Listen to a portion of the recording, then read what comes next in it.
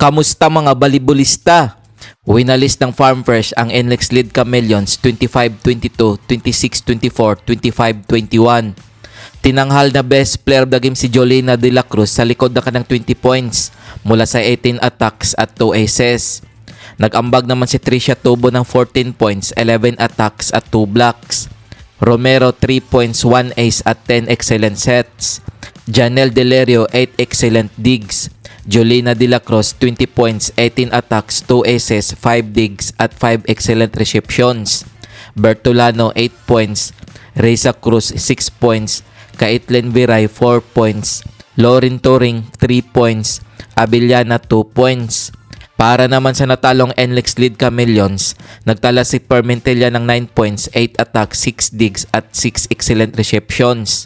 Laika Ibon 8 points, 8 attacks. Atienza 11 points, 6 blocks. Makaslang 5 points, 2 blocks. Ena Laure 8 points, 1 ace. Perez 1 point, 1 ace. Pineda 3 excellent digs. Maraginot 8 excellent sets. Losel Almonte 2 points. Aldia 1 point. Horvena 1 point. Kung bago ka pa lamang sa channel na to, mag-like na at subscribe. Panalo naman sa isang reverse sweep ang Tsukumocho Flying Titans kontra sa Zeus Thunderbolts 20-25, 20-25, 25-22, 25-22, 15-9. Tinanghal na best player of the game si Diana Wong sa likod na kanang 7 points, 2 aces at 10 excellent sets. Nag-ambag naman si Rondina ng 25 points, 24 attacks, 9 excellent receptions. Manabat 19 points, 15 attacks, 4 blocks. Picana 11 points, 2 blocks, 2 aces. Pons 15 excellent digs. Molde 13 points, 11 excellent digs. Nonag 4 points. Tolentino 3 points. Tobino 1 point.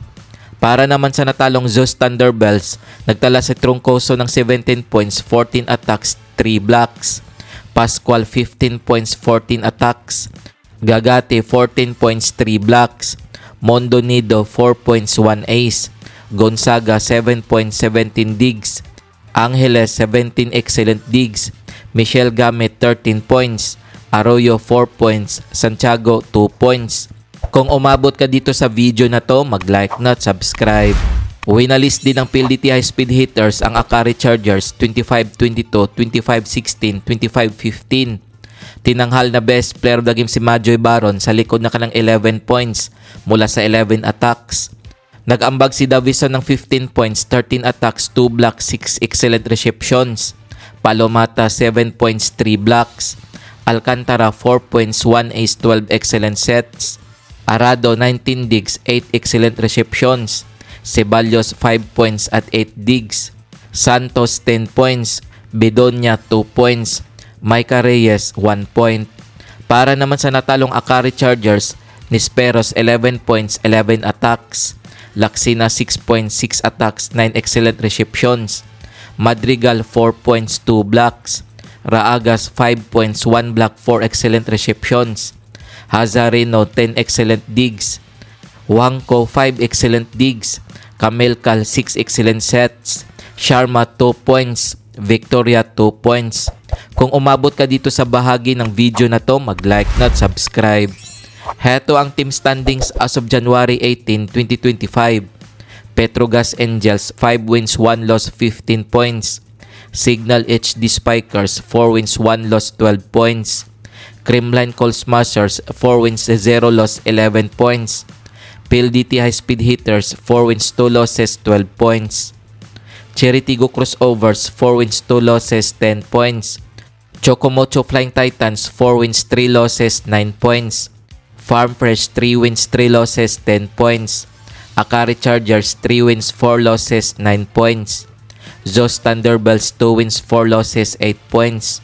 Galleries Tower High Racers 1 win, 5 losses, 5 points. Capital One Solar Spikers 1 win, 4 losses, 4 points. NLEX Lead Chameleons 0 win, 6 losses, 0 point. Heto ang mga laro ngayong January 21, 2025 na gaganapin sa Phil Sports Arena.